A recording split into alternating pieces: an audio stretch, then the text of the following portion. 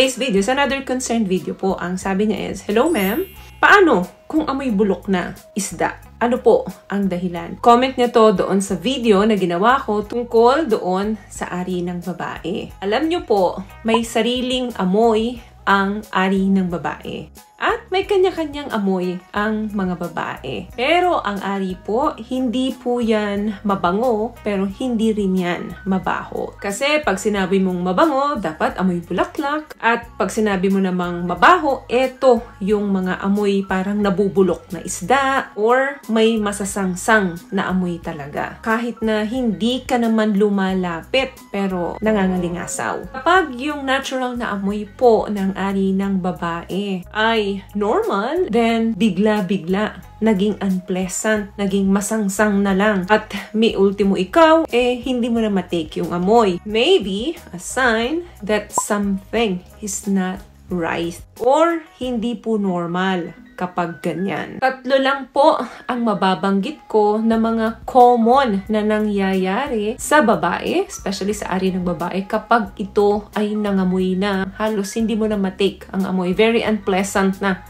ang amoy nito. We specifically talking about infections. Each of these infections ay sisira talaga ng ecosystem ng vagina ng babae, resulting in unpleasant odor, smell, and taste. So, pwedeng magbago ang amoy, ang lasa ng ari ng babae kapag may mga sintomas na pag-uusapan natin dito. Number 1, bacterial infection, also known as bacterial vaginosis. Result from bacteria entering doon sa vagina ng babae dahil nagda-doubt siya or naguhugas ng kanyang ari sa loob. So, nasisira ang flora ng babae. Tatanggal yung mga good bacteria. Kaya, iwasan po yung paghuhugas hanggang sa loob ng ari. Kasi may mga natatanggal pong good bacteria kapag nililinis natin hanggang kaloob-looban. Vulva lang po ang linisan, yung nasa labas lang.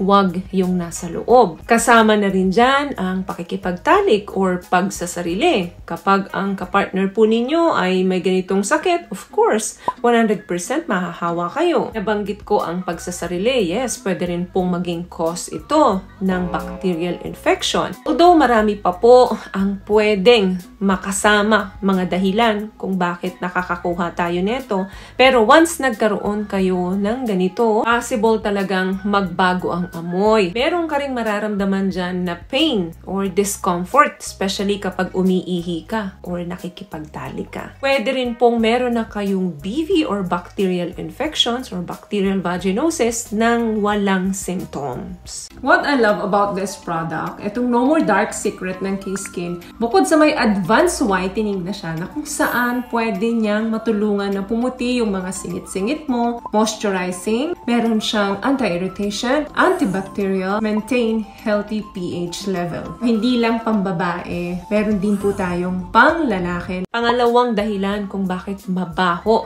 ang ari, yung discharge ng babae na lumalabas sa kanya. Dahil din yan sa yeast infection. Ito po ay very common sa mga kababaihan. Parang amoy panis na keso ang amoy nito. Pero may mga natural remedies po na pwedeng makatulong para malesen yung yeast infection. Isa na po dyan yung yogurt. Ang yogurt po ay may natural remedies para ma-clean up yung mga ganyang infection. Hindi katulad ng bacterial vaginosis, kinakailangan po talaga ng antibiotic dito. So, hindi porkit pare-parehong infection yan, meaning pare-pareho ang remedies. Iba't ibang infections po, iba't iba rin dapat ang gamot or treatment dito. So, kahit na yeast infection yan, better na gamutin mo muna kasi pwedeng makahawa yan or pabalik-balik lang sa'yo yan. Mawawala then babalik. At kapag nakipagtali ka naman at unprotected ka, pwede rin maisalin yan doon sa katalik mo. And last one is STI or sexually transmitted infection. Marami pong klase ito. Halimbawa dyan yung mga HIV, gonorrhea, tulo, at marami pa pong iba. So lahat ito ay nakakahawa. Kaya pag ikaw ay nagkaroon ng katalik na merong STI, malaki po talaga yung possibility na maipasa sa inyo yung infection na meron siya. Each of these infections po has different causes and dapat may different treatments din. Kaya dapat malinaw po muna sa atin kung anong infection yung meron tayo bago tayo maghanap ng tamang gamot. Huwag kayong magsi-self-medication dahil hindi porket infection yan, antibiotic lang yung gamot dyan. May mga infection kasi na minsan hindi naman na kailangan ng antibiotics. Tulad ng yeast infections po, may mga natural remedies na pwede nating inumin, kainin na makakatulong para ma-clean up ang infection na ito. Sa mga kababaihan, subukan nyo po yung cranberry juice. May mga reported studies na po dyan na nakakapag-improve ito ng taste ng ating discharge. Also, nakakatulong din ito para ma-prevent yung mga urinary tract infections, kasi mabilis tayong makakuha niyan. Yung pagpipigil ng ihi, minsan nakakakuha na tayo ng UTIs dyan. Yes, sabi nung iba, pag nagka-cranberry pill sila or nagka-cranberry juice sila, medyo matamis daw yung discharge nila. May mga nagsasabi na hindi ito effective, may mga nagsasabi rin naman na effective ito. So, kesa naman uminom ka ng sodas or anong soft drinks dyan, cranberry juice na lang yung inumin mo. Mas healthy ito at may mga benepisyong maibibigay sa'yo kesa sa sodas. So, yun lamang guys ang video natin for today. I hope nakapagbigay po ako ng tips sa inyo. At kung nagustuhan niyo pong ating video, please give it a thumbs up, comment down below, and also share this video na rin po sa mga kaibigan na sa tingin niyong matutulungan ng video natin. Once again, palagi po kayong mag-iingat at palagi po kayong manalangin. Thank you guys for watching and see you in our next one. Always love yourself and be a blessing.